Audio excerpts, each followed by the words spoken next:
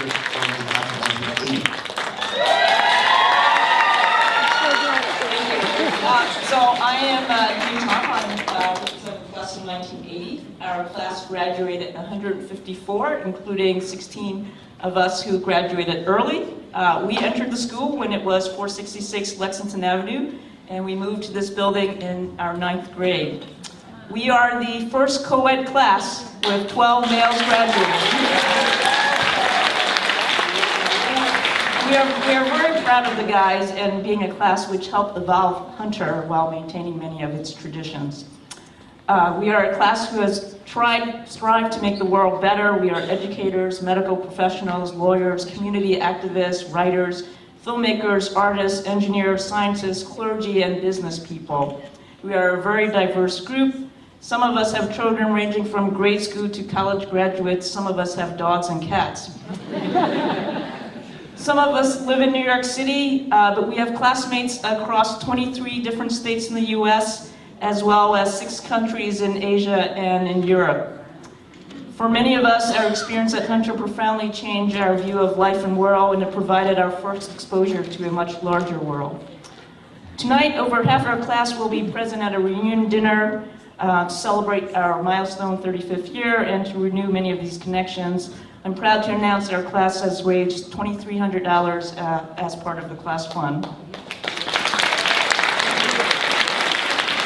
And in closing, we want to remember a few classmates who have passed on since our graduation: Melody Wong, Jonathan Weiss, Maureen Cullen, and Velma Bowen. We miss you.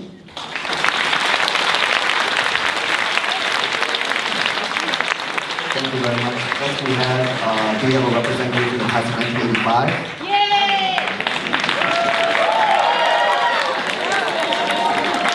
Thank you.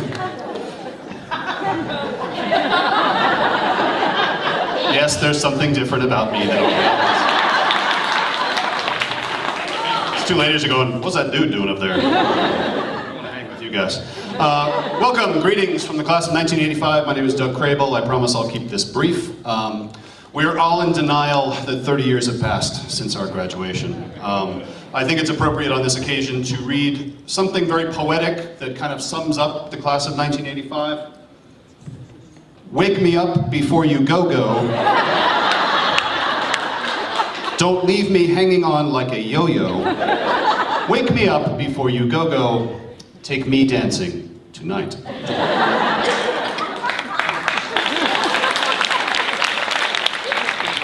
Nobody knows what that is. I'm incredibly proud of Hunter, and especially of our class of 1985. Thanks to social media, we've been able to reconnect with each other, and I have found out that I am astonished by the level of my classmates' commitment to not only professionalism, social justice, environmental activism, all sorts of wonderful community organizing. It's simply incredible. It's a credit, especially to those who came before us, and to our wonderful faculty and everybody that helped mentor us in all sorts of ways. It's difficult to describe to outsiders exactly what Hunter is. And one of my colleagues said something very cogent about the fact that while you're here, it doesn't seem that much different, right? It's challenging, and you know it is, and you know it's a little bit different, but it's not until you get out that you realize what a special place we went to, and how to talk to people about it, and how to realize that some people learn how to fix automobiles in their high schools, which is strange, learning that. Yeah, I didn't learn to do that. When you're watching TV with a couple of friends and you see an episode of either The West Wing or House or The Big Bang Theory, and you realize that 2 members of the class of 1985 were primarily writers and producers of those Emmy Award-winning shows. When you see the newest Supreme Court Justice and you can turn to your friend and go, dude, my high school.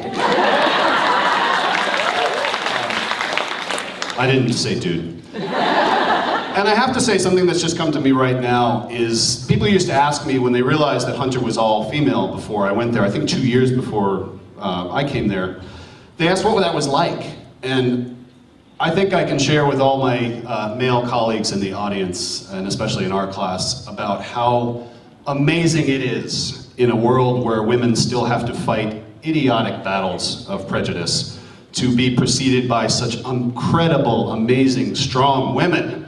It's an amazing lasting legacy of our school. I love it. So Hunter is an odd place. It's kind of, to paraphrase Garrison Keillor, you know, it's a little village where the children with an IQ of 150 are below average.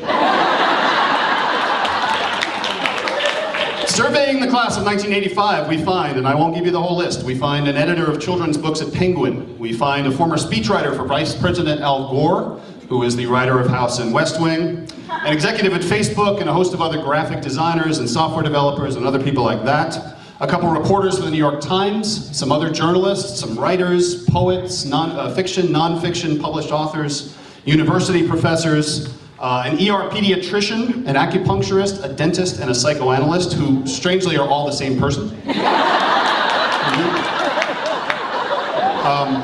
Accountants, lawyers, including an amazing public defender for indigent defendants in Western North Carolina. We have the director of a nonprofit for people with disabilities in San Francisco, a union organizer, a community organizer, an Actors Equity member living in Washington, D.C., and despite our best efforts, 0 Pro Bowlers. And I would be remiss if I did not mention our classmate who wrote the wonderful songs Bust a Move and Wild Thing, Mr. Young MC, who sadly is not here with us tonight. We've come a long way, and we're not done yet. And this is all from a group of people who somehow elected a clam as a mascot.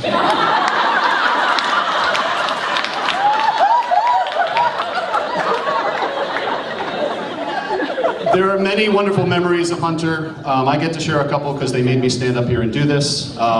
Games of ultimate frisbee out there in the courtyard, where I'm amazed we did not kill ourselves on the brick.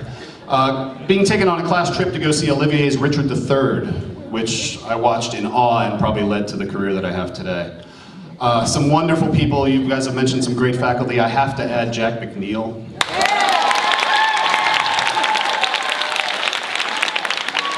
Mary Fiore, Robert Goodman, and a host of others, and also Lester Rubinstein, who left a mark on all of us.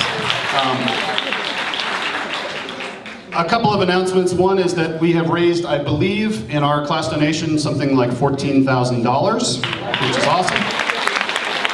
My colleague just informed me that we were challenged 5 years ago at our 25th reunion to help fund an endowment for Hunter College High School. And I believe 12 individuals have donated up to right about $32,000 to fund that endowment as well. So the classmates are generous. Tonight we are going to gather at a wine bar in Tribeca, about 80 of us, 75 of us, something like that, with various hangers-on. As befits our class, we will drink, we will laugh, and we will write personal thank you notes to each of Walter Mondale's 13 electoral voters. We will discuss the benefits of various manufacturers of reading glasses. We will quote from our own yearbook quotes, all of which came from songs by Echo and the Bunnymen. But most of all, we will just laugh and be in each other's company and love that. One final note, Hunter is an odd place. It's a place where the intellect matters. It's a place where caring about issues matters. And in a world that seems to be run by pinheads, let the joyful elite spread far and wide, past, present, and future. Thank you.